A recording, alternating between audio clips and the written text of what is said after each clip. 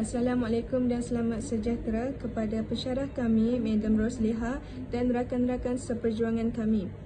Kumpulan kami ingin membentangkan topik 6 yang bertajuk Perlembagaan sebagai tapak integrasi dan wahana etika dan peradaban di Malaysia. Pengenalan bagi topik ini ialah undang-undang penting untuk mengawal tingkah laku masyarakat dan ia adalah asas pembinaan etika dan tamadun. Seterusnya, undang-undang perlembagaan persekutuan adalah tertinggi dan terdapat sumber rujukan. Perlembagaan persekutuan juga memberi ruang tapak integrasi dan menjadikan wahana etika dan peradaban bagi rakyat Malaysia. Apakah itu tapak integrasi? Tapak integrasi sebagai wahana sosial.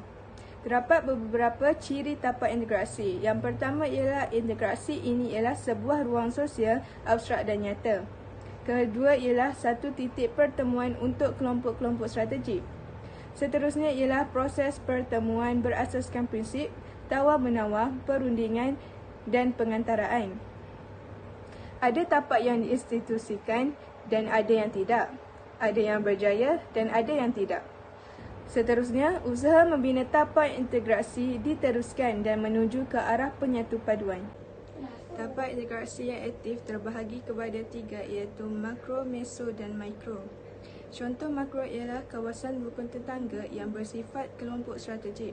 Wujud semenjak 1970 dan bilangannya ialah 8,500 daripada seluruh negara.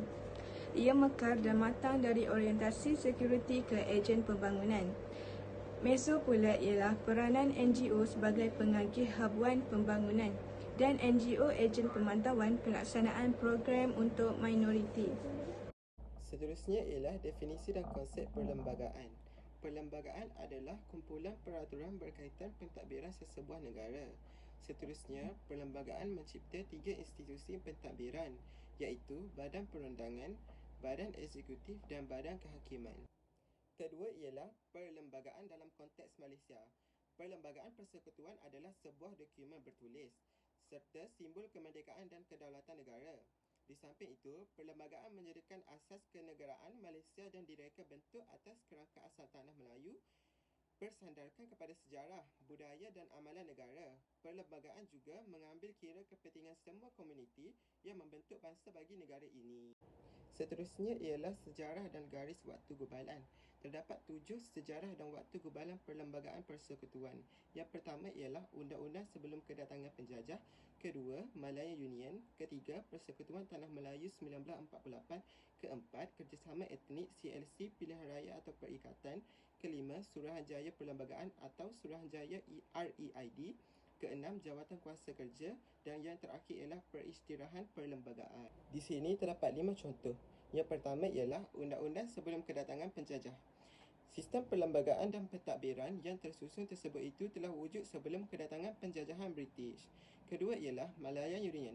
Sebab-sebab Malayan Union diperkenalkan kerana British telah menyimpan perasaan anti Melayu kerana orang Melayu bekerjasama dengan Jepun dan pengenalan Malayan Union dapat melemahkan kuasa Raja-Raja Melayu. Ketiga ialah Persekutuan Tanah Melayu 1948.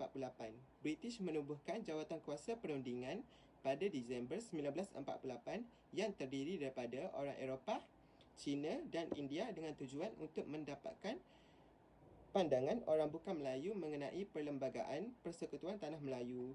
Contoh kedua ialah ciri-ciri penting perlembagaan Persekutuan Tanah Melayu yang diisytiharkan pada Februari 1948 ialah 9 negeri terlibat di dalam persekutuan termasuk Pulau Pinang, Melaka dan Singapura kekal menjadi tanah jajahan yang berasingan.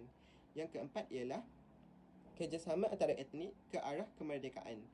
Jawatan kuasa ini ditubuhkan bagi membincangkan berbagai isu seperti kewarganegaraan dan kedudukan khas ataupun kedudukan istimewa orang Melayu serta dasar pendidikan. Yang terakhir adalah Suruhanjaya Perlembagaan. Suruhanjaya ini dikenali sempena nama pengerusinya, iaitu seorang hakim Mahkamah Rayuan England. Lord William REID dan merupakan sebuah suruhanjaya yang bebas. Seterusnya, asas perlembagaan persekutuan.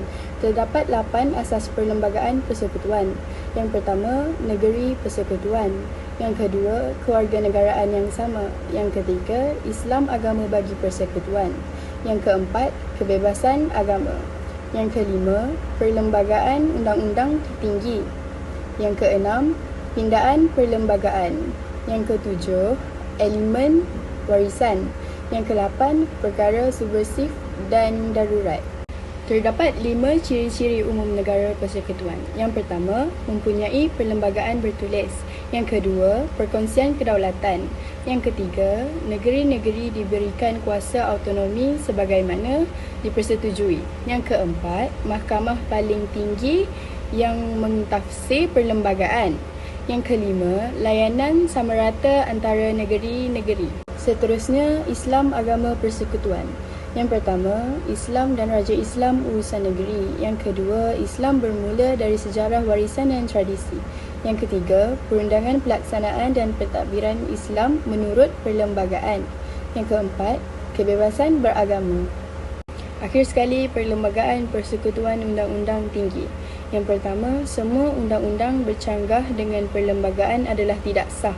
Yang kedua, semua polisi atau dasar pentadbiran negara hendaklah selaras dengan perlembagaan dan tidak boleh bercangguh dengan mana-mana peruntukan perlembagaan. Yang ketiga, perlembagaan adalah rujukan pertama sebagai sumber perundangan dan pentadbiran. Yang keempat, rukun negara. Ketiga, keluhuran perlembagaan. Kesimpulan bagi topik ini ialah kewujudan masyarakat berbilang kaum dan agama bukanlah satu fenomena yang baharu dan tidak mungkin boleh dipisahkan dalam konteks negara Malaysia.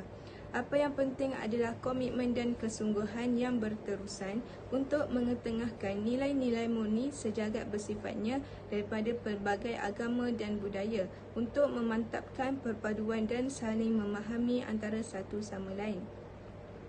Kesatuan dan perpaduan rakyat adalah kepentingan bersama yang mesti dipelihara bersama dalam apa juga situasi yang muncul dan berkembang. Masa depan Malaysia sebagai sebuah negara bangsa yang berjaya bergantung sepenuhnya pada keupayaan masyarakatnya, bersifat terbuka, bersikap saling menghormati dan bersatu padu secara harmoni mendepani cabaran baru kehidupan. Sekian daripada kami.